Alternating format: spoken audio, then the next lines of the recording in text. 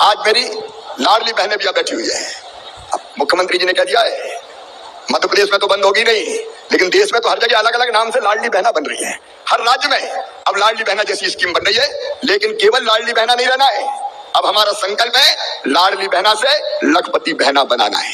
लखपति बहना मेरी बहनों, ये बहनें इसलिए नहीं है कि गरीबी में आंसू बहाएं, मजबूर रहे, हाथ फैलाएं, 1000-2000 रुपए के लिए परेशान रहे।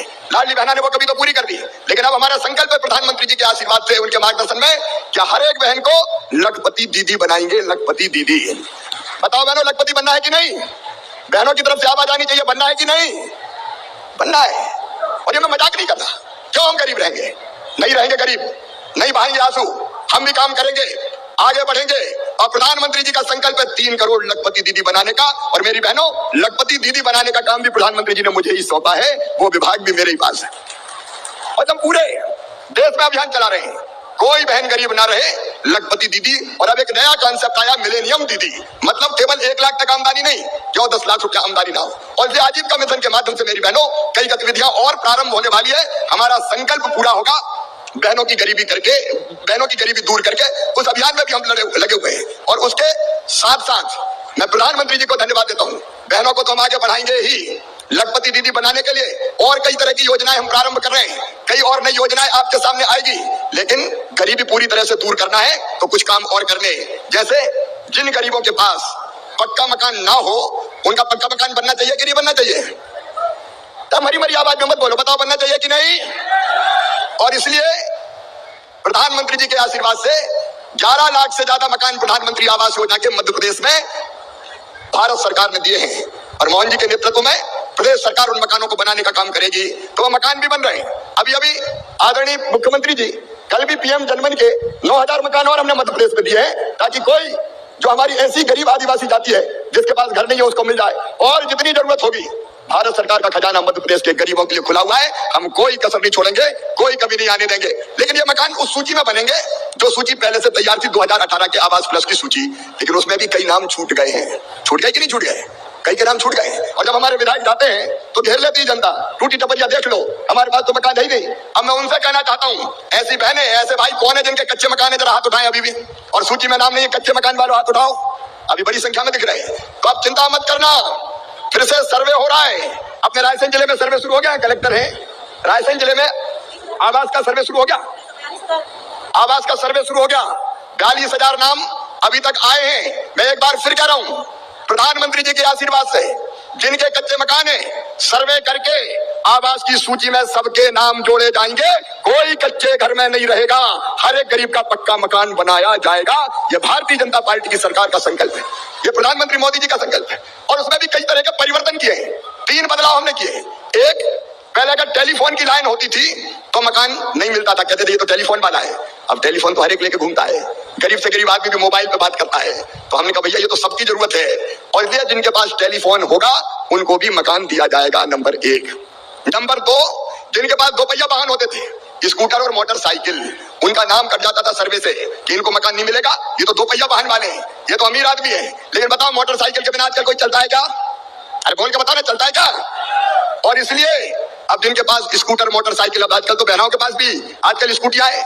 और ये एक बदलाव और किया कि जिनके पास 2 पहिया वाहन मोटरसाइकिल स्कूटर होंगे उनको भी मकान दिया जाएगा, उनका नाम भी जोड़ा जाएगा। एक बात और मेरी बहनों, एक नियम बन गया था कि जिनकी आमदनी 10,000 से ज्यादा होगी उनको मकान नहीं मिलेगा, हर महीने 10,000 से ज्यादा। अब बनाना लखपति दीदी तो 10,000 से ज्यादा तो कमाएगी, अगर 10,000 से ज्यादा कमा लिया हर महीना तो नाम ही कट जाएगा। उन बहनों का नाम कटना चाहिए क्या? अरे कटना चाहिए क्या?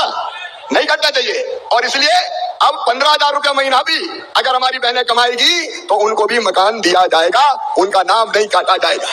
और छोटे छोटे किसान जिनके पास 2.5 एकड़ जमीन है, उनको मकान पहले नहीं मिलते थे, अब तय किया है 5 एकड़ तक असिंचित जमीन और 2.5 एकड़ तक सिंचित जमीन जिन किसानों के पास है, ये मकान दिए जाएंगे। और इसलिए अब कोई रह गया हो तो सर्वे करवा लो, बाद में मामा मत कहना कि हमारा छूट गया है। अभी मौका है, सर्वे का काम चल रहा है, 31 मार्च तक सर्वे चलेगा। और सर्वे में एक काम और, कई बार लोग शिकायत करते थे कि पंचायत सचिव ने छोड़ दिया, फलाने ने छोड़ दिया, सरपंच ने नहीं लिखने दिया।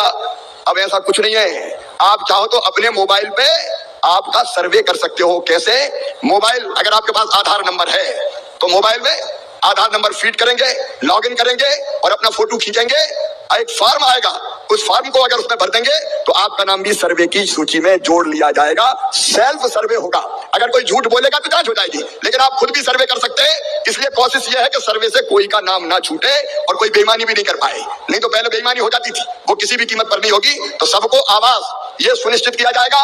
और सुनो मेरे किसान भाइयों, कई फैसले प्रधानमंत्री जी के नेतृत्व में किसानों की समृद्धि और विकास के लिए किए जा रहे हैं। एक नहीं अनेकों फैसले। मैं आज आपको ये निवेदन करना चाहता हूं, हमने एक नई योजना बनाई। टमाटर भी अपने रायसेन जिले में बहुत होता है। बीच में टमाटर की कीमत गिर गई तो टमाटर वालों का मर गया भैया, अब तो तुड़वाई नहीं निकल रही। तो अभी अभी हमने एक योजना बनाई है, मुख्यमंत्री जी यहाँ बैठे। अब यहाँ तो किसान का सस्ता बिकता है टमाटर, लेकिन दिल्ली में बंबई की मसूर सस्ती ना हो पाए, चना सस्ता ना हो पाए, उसको ठीक दाम मिल जाए। तो ऐसे जितने भी उपाय हो सकते हैं किसानों के कल्याण के लिए, वो भी भारत सरकार मोदी जी के नेतृत्व में कर रही है। किसानों की भलाई और कल्याण में हम कोई कसर नहीं छोड़ेंगे। गरीब, किसान, नौजवान और इन्वेस्टर समिट के लिए मैं मुख्यमंत्री जी को बधाई देना चाहता हूं। जिस व्यापक पैमाने पर तैयारी हुई है, सचमुच में अभिनंदनीय है। वो रोजगार के अवसर के लिए अनेकों प्रयत्न हमको करने पड़ेंगे। उनमें से एक प्रयत्न है निवेश लाना और उसके माध्यम से गरीबों को, नौजवानों को रोजगार देना।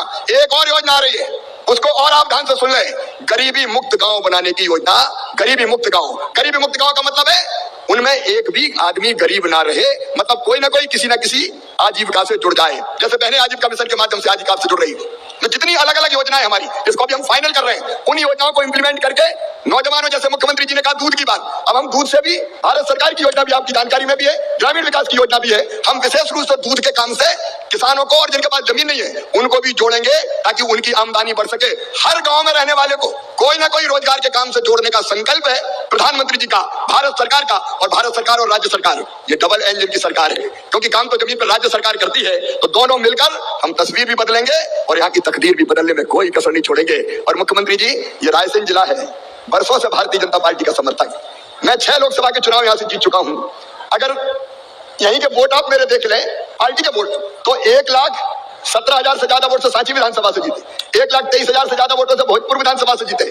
हमारी सिलवानी भी 90,000 क्रॉस कर गई। तो जिताते हैं तो ये ऐसा नहीं कि 1000 से जिताते, ये तो लाखों पार करवा देते हैं। और ऐसी जनता के लिए जो इतना प्रेम करती है भारतीय जनता पार्टी से, प्रधानमंत्री से, और प्रेम तो मामा से भी सब करते हैं, आपसे भी करते हैं। तो ऐसी जनता के लिए आप भी कोई कसर न छोड़ें। डॉक्टर पुरूराम जी ने जो चीजें कही है वो आप एक एक करके पूरी करेंगे, ये मेरा विश्वास है। भारत सरकार और राज्य सरकार मिलके अपने जिले को आगे बढ़ाने में कोई कसर नहीं छोड़ेगी। हमारा जिला आगे बढ़ेगा। और ये बात तो आज ही क्लियर हो गई, सांची हमारी शान है, सांची हमारी जान है, इसलिए सांची रायसेन में ही रहेगी, कोई चिंता करने की जरूरत नहीं है।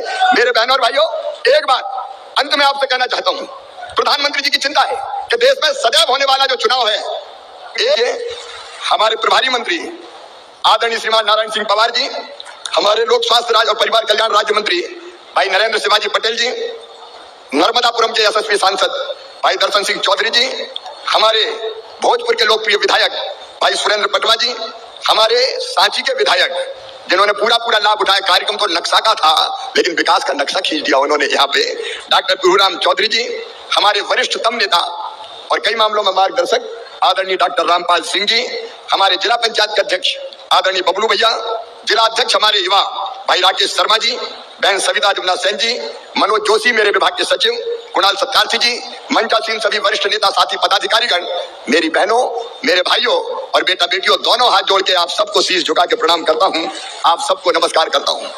ये जो आज का कार्यक्रम है, ये केवल सांची का कार्यक्रम नहीं है, ये केवल रायसेन का कार्यक्रम नहीं है, ये मध्य प्रदेश का कार्यक्रम भी नहीं है, ये पूरे हिंदुस्तान में नक्शा कार्यक्रम आज लॉन्च किया जा रहा है पूरे भारत में। और आज 23 राज्य और 3 केंद्र शासित प्रदेश इस कार्यक्रम से जुड़े हुए हैं। लेकिन मेरी दिल से इच्छा थी कि यह कार्यक्रम मैं रायसेन से प्रारंभ करूं और मुख्यमंत्री स्वयं इस कार्यक्रम में आए, ये दिल से इच्छा थी। और इसलिए हमने तय किया जब भी होगा यह मुख्यमंत्री की उपस्थिति में रायसेन में ही कार्यक्रम किया जाएगा। और आज कार्यक्रम संपन्न हो रहा है पूरे देश के लिए। डॉक्टर साहब, देश को बड़ी सौगात मिल रही है, लेकिन आप भी बड़े कलाकार हैं। और मैं कह रहा हूं अपने मुख्यमंत्री जी से, जो मांग डॉक्टर पुरूराम जी ने की है उन मांग के साथ हम भी खड़े हैं, अपने आप को उससे प्रतिबद्ध करते हैं। और आपको मन के भी मोहन है, सब दे दें, कई दे दिए और बाकी भी हो जाएगी, चिंता मत करो। मेडिकल कॉलेज भी रायसेन में बनेगा क्योंकि भूमि पूजन हुआ है और उस बात को भी डॉक्टर मोहन यादव पूरी ताकत से आगे बढ़ाने का काम करेंगे। मेरा पूरा विश्वास है जिस गति से काम कर रहे हैं। लेकिन ये नक्शा कार्यक्रम क्या है? नक्शा कार्यों का मतलब है आपका घर का परफेक्ट नक्शा, चाहे छोटा करो चाहे बड़ा करो। देखो ये प्रधानमंत्री नरेंद्र मोदी जी का विजनरी लीडर है। नरेंद्र मोदी भारत को भगवान का वरदान है, वरदान। भाग्य से ऐसे प्रधानमंत्री मिलते हैं। इन चीजों की तरफ दुनिया में कभी, भारत में कभी कांग्रेस की सरकार ने सोची नहीं। हमारे पास गांव की अपनी जमीन का खेत का नक्शा ढंग का नहीं है, हमारे पास शहर में घर है लेकिन उसका ढंग से नक्शा नहीं है। और कई बार इसलिए भूमि के विवाद 90% नक्शे के कारण होते हैं। आज यहां से हिंदुस्तान के 23 राज्यों में, शहरों में नक्शा बनेगा, ड्रोन के माध्यम से पहले सर्वे होगा और उसके बाद जमीन पे फिजिकल वेरिफिकेशन करके आपके मकान का नक्शा डिजिटली बना के आपको दे दिया जाएगा। और जब नक्शा नहीं होता तो कई घपले और घोटाले। अगर कोई के मन में आ गया तो रामलाल की जमीन श्यामलाल के पास चली गई, श्यामलाल बेचारे रामलाल गोल हो गए।